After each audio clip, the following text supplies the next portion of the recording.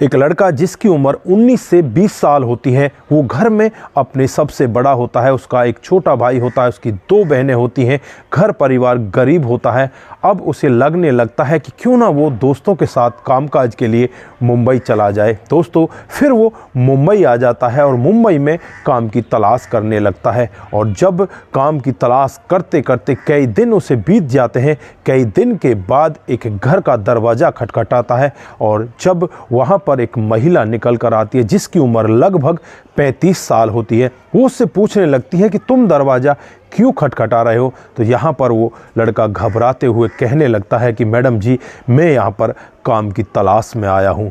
Madam उससे पूछने लगती है कि तुम क्या कर सकते हो। तो वो लड़का जवाब देता है कि मैडम मैं कुछ भी कर सकता हूँ। मैडम फिर से उसे पूछती है कि क्या तुम कुछ भी कर सकते हो। तो वो जवाब देता है कि हाँ, मैं कुछ भी कर सकता हूँ।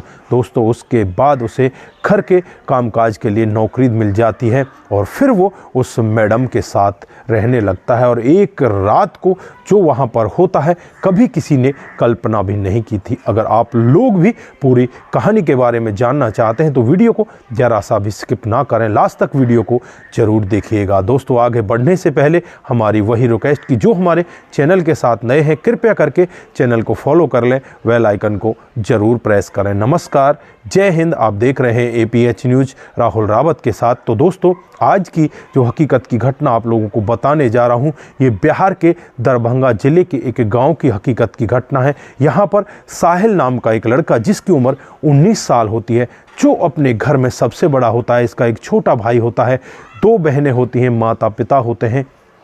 अब साहिल को लगने लगता है कि क्यों ना वो अपने यार दोस्तों के साथ कमाने के लिए बाहर चला जाए। उसके जो यार दोस्त होते हैं वो कमाने के लिए मुंबई जाया करते हैं। फ़िलहाल वो छुट्टियों पर गांव में आए हुए होते हैं। अब उनके साथ साहिल भी मुंबई के लिए रवाना हो जाता है और मुंबई पहुंच जाता है।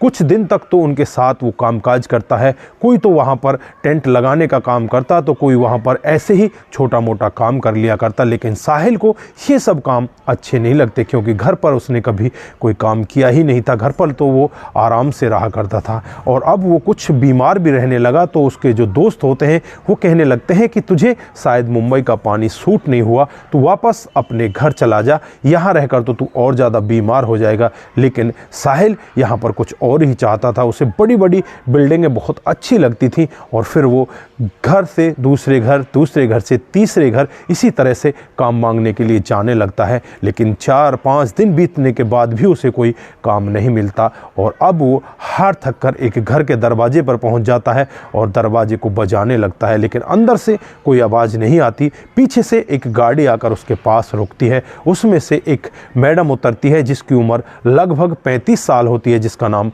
कल्पना होता है।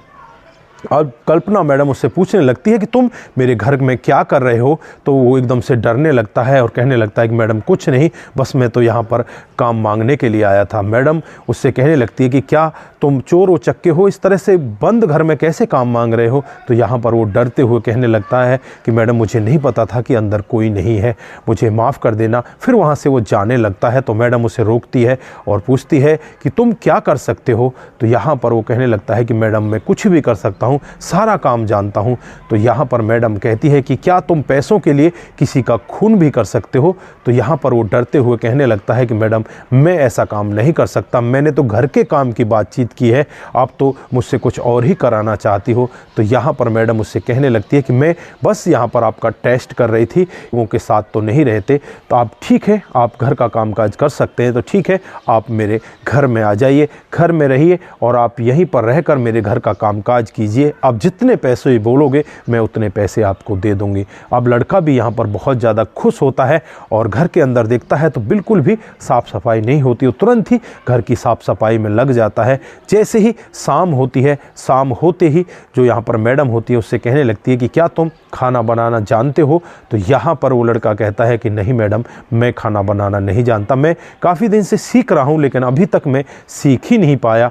अब यहाँ पर मैडम जो कल्पना होती है वो कहने लगती है कोई बात नहीं, खाना बनाना मैं तुम्हें सिखा दूंगी। फिर उसे अपने साथ रसोई में लेकर जाती हैं और वहाँ उसे खाना बनाना सिखाती हैं। उसके बाद दोनों खाना खा लेते हैं और खाना खाने के बाद अब सोने का नंबर आता है। जो मैडम होती है उससे कहने लगती है कि तुम कहाँ पर सोना पसंद करोगे। तो यहाँ पर जो लड़का होता है वो कहता है कि मैडम मैं तो यहीं सो जाऊँगा, पड़ोस का जो आपका कमरा है उसमें सो जाऊँगा। मैडम कहती है कि आप बुरा ना मानो तो इसी कमरे में भी सो सकते हो। लेकिन वो लड़का कहता है कि नहीं नहीं मैडम, दुनिया के लोग बाग क्या सोचेंगे, हम आपके कमरे में कैसे सो सकते हैं, मैं बगल के कमरे में सो जाऊँगा।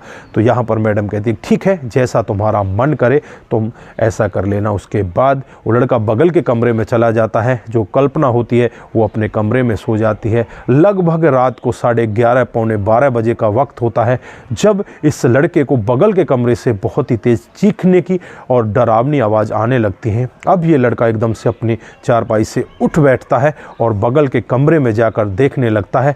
जो बगल का कमरा होता है वो मैडम कल्पना का होता है, उसमें अंदर से कोई कुंडी वगैरह नहीं लगी होती। जैसे ही ये लड़का दरवाजे को खोलता है तो अंदर से दरवाज़ा खुल जाता है और जो मैडम कल्पना होती है उसके सारे कपड़े अस्त व्यस्त होते हैं और यहाँ पर कल्पना बहुत ही तेज़ी के साथ चीख रही होती है, चिल्ला रही होती है। ये लड़का बिना कुछ देरी किए हुए आगे बढ़ने लगता है तो सामने से आवाज़ आती है कि तुम क्या मरने के लिए यहाँ आए हो, तुम मरना चाहते हो। तो ये लड़का कहता है कि हाँ मैं मरना चाहता हूँ, मैं भी देखता हूँ कि मुझे कौन मारता है। फिर ये लड़का अंदर की तरफ चला जाता है और अंदर जाने के बाद जो कल्पना मैडम होती है उसके बालों को पकड़ लेता है और उसे अपनी कोरिया के अंदर यानी कि अपनी बाहों के अंदर जकड़ लेता है। वो इस तरह से वहाँ पर होती है कि कोई भी व्यक्ति ऐसा करने में 100 बार सोचता, क्योंकि उसके कपड़े अस्त व्यस्त थे। लेकिन यहाँ पर इस लड़के को उसकी बीमारी को समझ में आने लगी थी, इसलिए वो लड़का इसको वहीं पर इसी तरह से पकड़ लेता है। उसके बाद कुछ मंत्रों का जाप करता है और मंत्रों का जाप करने के बाद जब यहाँ पर कल्पना नॉर्मल हो जाती है तो नॉर्मल होने के बाद कल्पना एकदम से अपने शरीर की तरफ देखती है, अपने कपड़ों की तरफ देखती है तो झट से उस लड़के को दूर करती है और दूर करके अपने कपड़ों को संभालने लगती है। उसके बाद यहाँ पर ये लड़का उससे पूछने लगता है कि मैडम तुम्हें होता क्या है, तुम्हारे अंदर ऐसी क्या बीमारी है। तो यहाँ पर वो कहती है कि ये पता नहीं, मेरे अंदर बहुत बुरी बीमारी है, इसीलिए तो मेरे साथ कोई रहता नहीं, मुझे हर कोई छोड़कर चला जाता है। चाहे कोई काम वाला मेरे साथ आ जाए, चाहे काम वाली मेरे साथ आ जाए, चाहे मेरा पति ही क्यों ना मेरे साथ रहता हो, वो भी मुझे छोड़कर यहाँ से चला गया था। दोस्तों मैडम की ऐसी बातों को सुनकर वो लड़का एकदम से कहने लगता है कि मैडम मुझे आपकी बीमारी के बारे में पता है, आपको क्या बीमारी है। तो मैडम उसकी तरफ देखने लगती है और कहने लगती है कि आपको भला मेरी बीमारी के बारे में कैसे पता।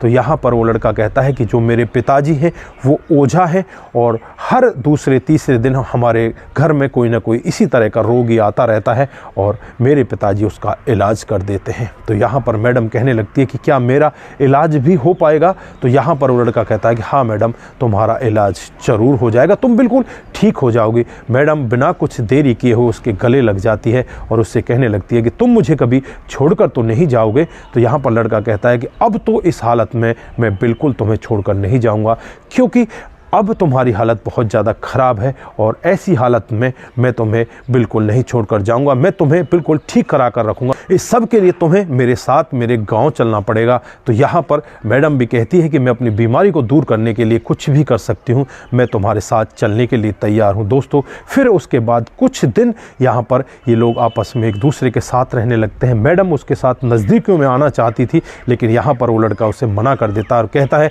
कि मैडम जी आपकी बीमारी पहले ठीक हो जाएंगे, उसके बाद हम आगे के बारे में सोचेंगे, लेकिन ऐसा कुछ भी हम नहीं करना चाहते। उसके बाद वो मैडम भी चुपचाप अपने बिस्तर पर सो जाती है और ये लड़का भी अपने बिस्तर पर जाकर सो जाता है। इससे मैडम यही कहती है कि तुम वहाँ ना सो, तुम यहीं पर चारपाई बिछाकर सो जाओ, क्योंकि मुझे बहुत ज़्यादा डर लगता है। तो ये लड़का भी यहाँ पर तैयार हो जाता है। धीरे धीरे कुछ समय बीतने लगता है और नवरात्रे आ जाते हैं। अब नवरात्रों में ये अपने पिता से बातचीत करता है और पिता से कहता है कि इस तरह की एक जो हमारी मालकिन है वो बीमार है, क्या उसका इलाज हो सकता है। तो यहाँ पर पिता जो कहते हैं कि हाँ बेटा उन्हें लेकर हमारे पास आ जाओ। उसके बाद यहाँ पर कल्पना को वो लड़का साहिल अपने साथ लेकर अपने गांव में पहुँच जाता है और यहाँ गांव में पहुँचने के बाद लगभग 15 दिन तक पूजा पाठ होती है, मंत्रों का जाप होता है और यहाँ पर वो कल्पना बिल्कुल 15 दिन के बाद ठीक हो चुकी होती है। लेकिन यहाँ पर जो अड़ोसी पड़ोसी होते हैं तरह तरह की बातें करने लगते हैं। वो कहने लगते हैं कि इनका लड़का शायद इसको भगा कर लाया, बेला फुसला कर इसको अपने घर ले आया।